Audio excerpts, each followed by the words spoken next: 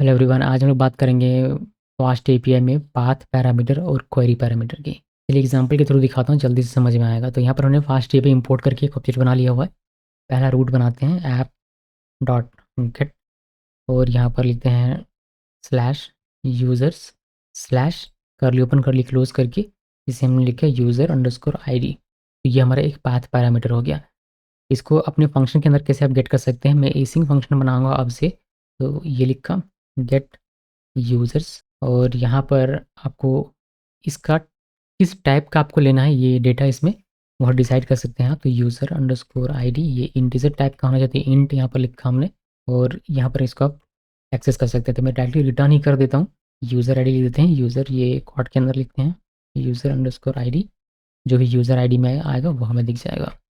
तो यहाँ पर हमने क्या किया, यहाँ पर हमने पहले पाथ पैरामीटर लिखा। इस तरीके से आपको पाथ पैरामीटर लिखना है। आप मल्टीपल भी लिख सकते हैं, यानी कि स्लैश देकर और भी चाहिए तो आप और भी लिख सकते हैं। फिलहाल के लिए एक हम लोग देख रहे हैं, और यही जो आपने यहाँ लिखा वही आपको यहाँ पर लिखना होता है। और इसका आप टाइप डिफाइन कर सकते हैं कि ये किस टाइप का होगा, इंटीजर का होगा, स्ट्रिंग होगा, बुलियन होगा, किस टाइप का होगा वो आप यहाँ डिसाइड करते हैं।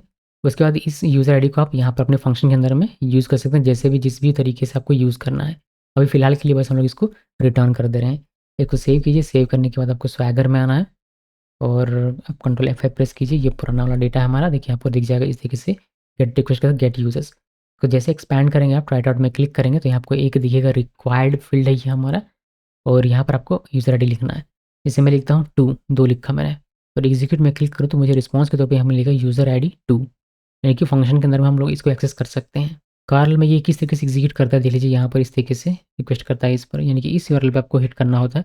अगर आप पोस्ट में, या फिर अगर आप इसको ब्राउज़र में भी हिट करेंगे यहाँ से, तो आप इसको हिट कर सकते हैं। आपको यहाँ पर यूज़र ID 2 देखने को मिल जाएगी। ठीक है, अभी वापस आते हैं पोस्टमैन में, माफ़ कीजिएगा स्वैगर में, और यहाँ पर आप चाहें इसको चेंज कर सकते हैं। जैसे 5 लिखा, एग्जीक्यूट में क्लिक करें तो यूज़र ID आपको 5 यहाँ पर देखने को मिल जाएगी।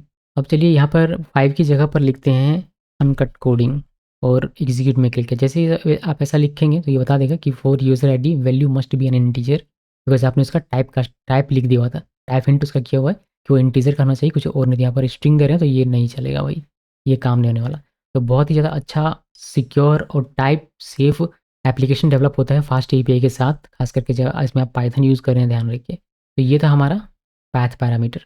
अभी हम लोग इसमें क्वेरी पैरामीटर मैं आपको दिखाता हूँ। क्वेरी पैरामीटर के लिए हम लोग आते हैं नीचे, यहाँ पर लिखिए ऐप डॉट गेट, और यहाँ पर लिखते हैं स्लैश सर्च, देन नीचे एसिंक एसिंक डेव, और सर्च आइटम्स। देन यहाँ पर आप कुछ भी लिख सकते हैं, जैसे हमने क्यू लिख दिया, एस टी आर, और इसको अगर आप जैसे STR लिखा, STR इसको आप अगर ऑप्शनल बनाना चाहते हैं तो इक्वल देकर नन लिख सकते हैं, कि या तो इसमें वैल्यू आएगा या फिर ये नन सेट करेगा। देन आप रिटर्न कर लीजिए जो भी इसमें आता है वह।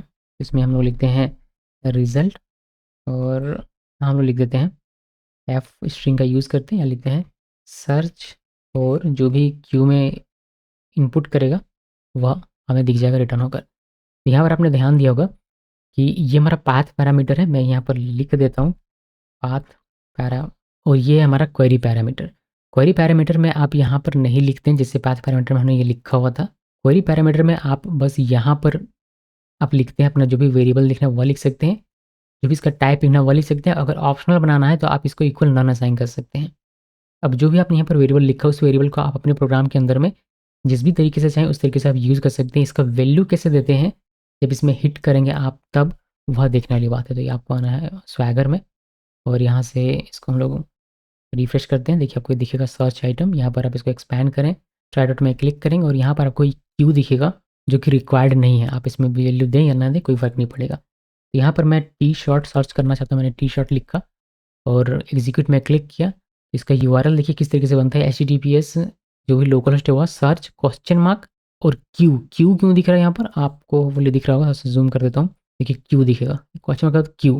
क्यू ही क्यों दिख रहा है, क्यू इसलिए दिख रहा है बिकॉज हमने यहाँ पर इसको क्यू लिखा हुआ है वेरिएबल का नाम, और ये स्ट्रिंग टाइप का है। तो हमने इसका वैल्यू इक्वल देकर टी शर्ट दिया, जो भी हमने वैल्यू यहाँ पर असाइन किया था अभी यहाँ पर वह वैल्यू यहाँ पर चलाता है इस इक्वल के बाद, और ये रिक्वेस्ट करता है कर्ल, यानी कि ये पर हम पूरा हमारा यूआरएल बनता है।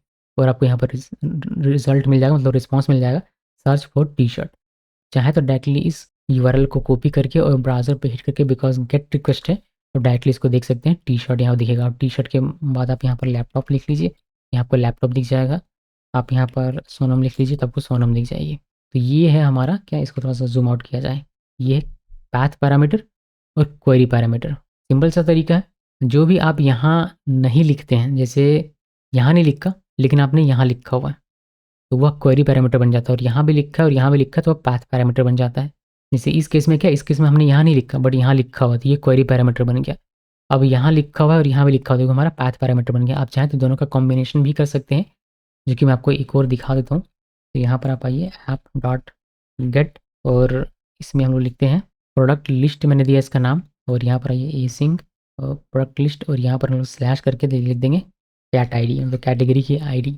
एसिंक लिखा, देन यहाँ पर लिखिए डेफ और प्रोडक्ट अंडरस्कोर लिस्ट, देन यहाँ पर आपको पहले कैट आईडी और ये हमारी इंटीजर टाइप की होगी। दूसरी हमारे यहाँ पर क्यू इक्वल नहीं, Q S T R type का, और ये ऑप्शनल होगा, यहाँ पर नन लिख दिया हमने। देन यहाँ पर आप रिटर्न कर सकते हैं, रिटर्न करते हैं।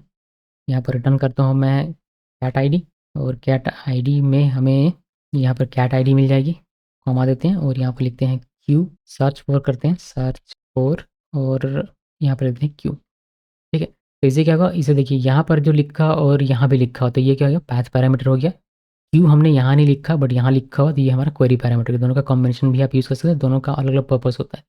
क्यू हमारे यूआरएल में आएगा क्वेश्चन मार्क के बाद, और कैटेगरी आपके पाथ के साथ इस तरीके से स्लैश के साथ दिखेगा। तो हम लोग इसमें सेव किया, सेव करने के बाद यहाँ ये, और यहाँ से आपको दिखाता हूँ मैं, इसको करते हैं रिफ्रेश। देखिए यहाँ पर दिखेगी, ट्राई डॉट में क्लिक कीजिए, कैटेगरी आईडी आपको पहले देनी है तो मैंने दे दिया 3, और यहाँ पर क्वेरी में दिया मैंने लैपटॉप, और एग्जीक्यूट में क्लिक कर दें और यहाँ पर आपको दिख जाएगा category ID 3 search for laptop, और इसका यूआरएल आपको ये दिखता है। डायरेक्टली यूआरएल को हिट करना चाहें तो यहाँ से हिट कर सकते हैं, इससे भी आपको दिख जाएगी कैटेगरी आईडी और laptop, search for laptop, product list slash 3 के बाद ई क्वेश्चन मार्क क्यू और इक्वल लैपटॉप। तो इस तरीके से आपका दोनों का कॉम्बिनेशन भी इसमें बन सकता है, मतलब जिस आपका जो भी यूज़ केस रहेगा उसके अकॉर्डिंग आप इसमें काम कर सकते हैं। अब इसे अगर आप और डेप्थ में सीखना चाहते हैं तो मैं आपसे रिक्वेस्ट करूँगा कि आप आइए मेरी वेबसाइट में uncutcoding.com पर, और कोर्स वाले टैब में क्लिक करना है, यहाँ से फास्ट एपीआई की फुल स्टैक मास्टरी कोर्स मैंने इसमें बनाया हुआ है, इसमें क्लिक करना है, बाय नाउ में क्लिक करना है, या आपको ऐड करेगा यूडेमी की वेबसाइट पर, जहाँ से इसके बारे में मतलब फास्ट एपीआई आप बहुत ही डेप्थ में सीख सकते हैं। बेसिक से लेकर एडवांस तक सारे कॉन्सेप्ट मैंने बताए हैं, इंट्रोडक्शन से लेकर पाथ पैरामीटर, क्वेरी पैरामीटर का बहुत ही डेप्थ में टॉपिक आप देख सकते हैं, यहाँ पर मैंने बताया हुआ है। इसके अलावा फॉर्म हैंडलिंग, एरर हैंडलिंग, अलग-अलग डेटाबेस के साथ कैसे काम करते हैं, चाहे वो मोंगोडीबी हो, पोस्टग्रेसक्यूएल हो, मायस्क्यूएल हो, कैसे अलग-अलग फ्रंट एंड जैसे रिएक्ट जेएस, व्यू.जेएस, नेक्स्ट.जेएस के साथ इसको इंटीग्रेट करते हैं, डॉकर के साथ कैसे काम करेंगे, एडब्ल्यूएस में कैसे होस्ट करेंगे, अपने वीपीएस में कैसे होस्ट करेंगे। इसके साथ ही साथ एक बहुत ही बड़ा-सा प्रोजेक्ट मैंने बताया है जिसमें बैकएंड में फास्ट एपीआई और फ्रंट एंड में नेक्स्ट.जेएस यूज़ किया हुआ है। बहुत ही बड़ा-सा प्रोजेक्ट है ये ई-कॉमर्स का। तो अगर आप ये सारी चीज़ें सीखना चाहते हैं तो इस कोर्स में ज़रूर से इनरोल कर लीजिए। आई गारंटी यू कि आपको इस तरह का फास्ट एपीआई कोर्स कहीं भी और देखने को नहीं मिलेगा। मिलते हैं नेक्स्ट वीडियो में।